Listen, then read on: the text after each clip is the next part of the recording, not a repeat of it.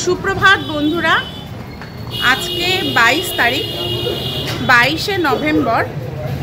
তো actually 22শে October. তো আমরা এখন আছি গধুলিয়া চকে। তো আজকে আমরা যাব একটু সাইট সিন করতে। তো সাইট সিনের জন্য আমরা আজকে যাব বিন্ধ্যবাসিনী, রামনগর আর চুনার। তো আমাদের আজকে যেতে হবে গাড়িতে। তো গাড়ি দাঁড়িয়ে আছে, এখন সকাল 8:30 বাজে। আর এই বেনারসের গলির ভেতর দিয়ে গাড়ি অবধি পৌঁছাতে হবে, কারণ এই রাস্তাগুলোতে কোথাও গাড়ি ঢোকে না। তো চলুন আজকে যাওয়া যাক বেনারস সাইট সিনে। তো আমরা এখন এসে গেছি থানার সামনে, এই গলি দিয়ে ভেতর দিয়ে। আর গলিগুলো না ভীষণ নোংরা। তো গলি দিয়ে আমরা এই একটা বড় রাস্তার সামনে এসে দাঁড়িয়েছি। এটা হচ্ছে থানার সামনে। তো এখান থেকেই আমাদের গাড়ি যাবে। না, উঠে পড়, তুই উঠে পড়।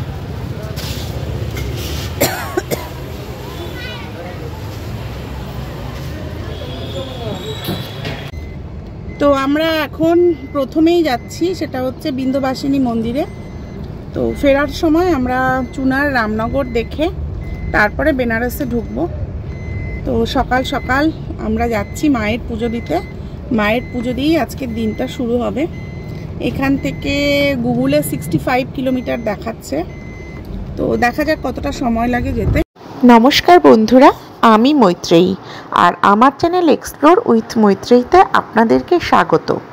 এখন আমরা আছি বেনারস। নিচে বেনারস স্টেশন দেখা যাচ্ছে, আর ওপরের ফ্লাইওভার দিয়ে আমরা চলেছি বেনারস পার করে মির্জাপুরের দিকে। আমার এই চ্যানেলের প্রতিটা ব্লগে এখন আসছে বেনারস সিরিজ। আপনাদের যদি এই বেনারসের সিরিজগুলো ভালো লাগে এবং নতুন কিছু ইনফরমেশান পান, তো প্লিজ আমার চ্যানেলটিকে একটু সাবস্ক্রাইব করে দেবেন। তো আপনাদের সাবস্ক্রাইব, লাইক এবং কমেন্টের অপেক্ষায় থাকি, তাহলে আরও ভালো ভালো ভিডিও উপহার দিতে পারবো। মির্জাপুরের দিকে প্রবেশ করার পরই আস্তে আস্তে সবুজ হয়ে যায় প্রকৃতি। আমরা দিল্লি রোড ধরে চলেছি। মির্জাপুর প্রয়াগরাজ আর বারাণসীর ঠিক মাঝামাঝি জায়গায় অবস্থিত। বারাণসী থেকে 67 কিলোমিটার দূরে এটি। তো আমরা এখন হাইওয়ে দিয়ে যাচ্ছি। এখানে বারাণসীর সীমানা শেষ হয়ে গেল। তো তারপরে কি আবার? হ্যাঁ, তারপরে আবার কি আবার ভাঙা রাস্তা। মির্জাপুরে আমাদের প্রধান দর্শনীয় স্থান হল মা বিন্ধ্যবাসিনী মন্দির। এটি মির্জাপুর শহরের মধ্যে অবস্থিত। মা বিন্ধ্যবাসিনী পুরাণের দেবী। দেবী পুরাণ অনুসারে এই বিন্ধ্য পর্বতের উপরই দেবী দুর্গার আগমন ঘটেছিল মহিষাসুর বধের জন্য, এবং মহিষাসুর বধের পর দেবী জানিয়েছিলেন তিনি এই বিন্ধ্য পর্বতেই বিরাজ করবেন।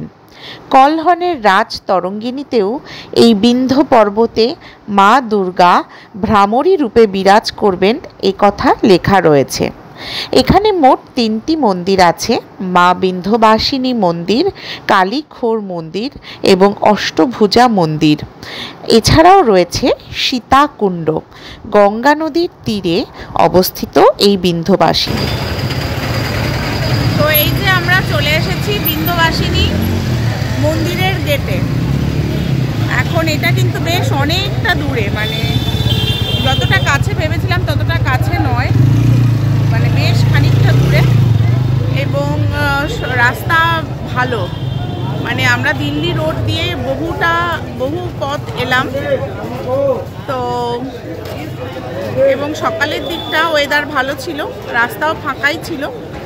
তো চলে এসেছি মন্দিরে, এবার ভেতরে যাব, গিয়ে পুজো দেব। বিন্ধ্যবাসিনী মা জাগ্রত দেবী এবং তন্ত্রের দেবী। উত্তরপ্রদেশের একটি জাগ্রত মন্দির এটি। বুন্দেলখণ্ডের রাজাদের রাজকুল দেবী হলেন এই বিন্ধ্যবাসিনী দেবী, এবং মধ্যযুগে ও প্রাচীন যুগে এই অঞ্চলের ডাকাতরা এবং পিণ্ডারীরা, হিংস্র পিণ্ডারীরা মা বিন্ধ্যবাসিনীর পুজো দিতেন। দেবী বিন্ধ্যবাসিনী রক্ষাকর্তা বুন্দেলখণ্ড রাজপরিবারের। একে ঝাঁসির রানীও বলা হয়ে থাকে, কারণ বুন্দেলখণ্ডের রাজাদের সাহস ও শৌর্যের পরিচয় এই দেবীর আশীর্বাদ থেকেই প্রাপ্ত। একই সঙ্গে মনে করা হয় মহাভারতের যুদ্ধের সময় কুরুক্ষেত্রে যাওয়ার আগে অর্জুন এই মা বিন্ধ্যবাসিনীর পুজো দিয়েই যুদ্ধে নেমেছিলেন। বিন্ধ্যবাসিনী দেবী সর্বকামনা পূরণকারী, সেই কারণে উত্তরপ্রদেশের সমস্ত রাজনৈতিক নেতারা ভোটে নামার আগে এই দেবীর পূজা অবশ্যই দিয়ে ভোটে নামেন। তো মন্দিরের সামনে চলে এসেছি একদম। এখানে অ্যাকচুয়ালি প্রসাদ দিচ্ছি, তো প্রচুর ভিড়, মানে প্রচুর মানুষ কিন্তু লাইনে আছে। তো দেখা যাক কতক্ষণে পুজো দেওয়া যায় বা আলাদা কোনো লাইন আছে কিনা।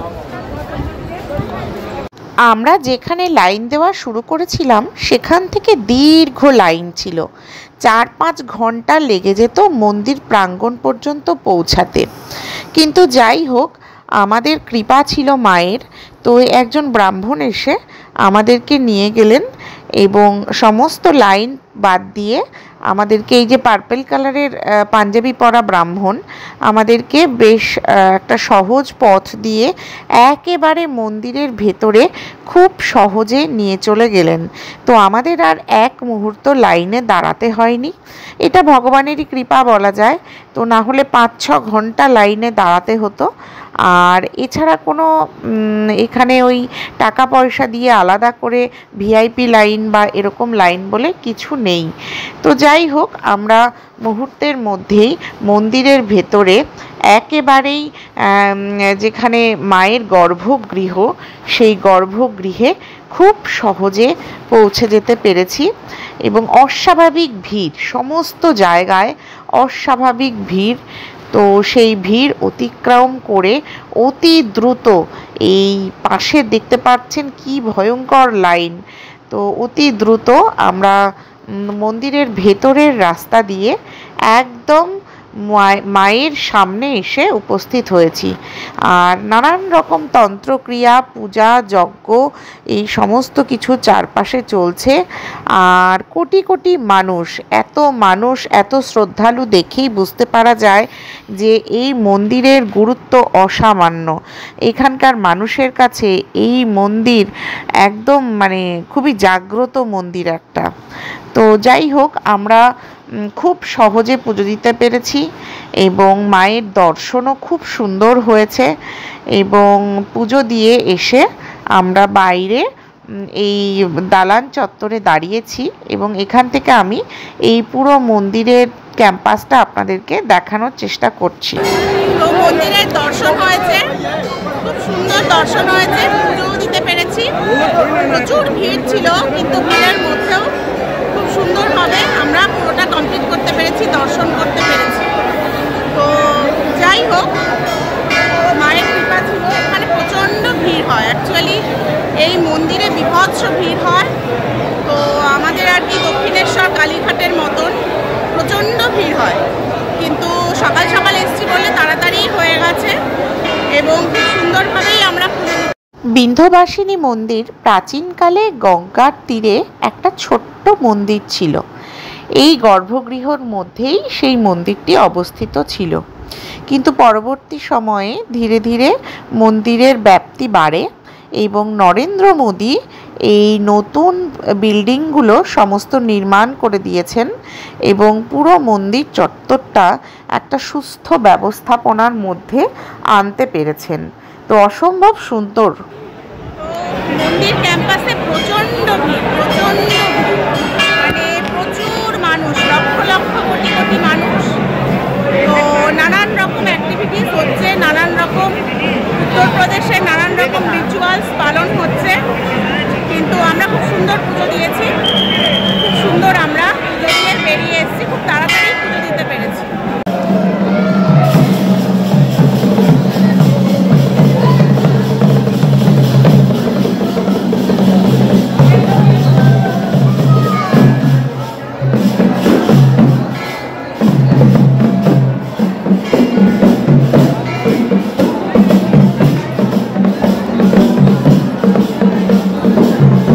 এনারা হলেন বুন্দেলখণ্ডের উপজাতি শ্রেণীর মানুষ বা ট্রাইবাল মানুষ।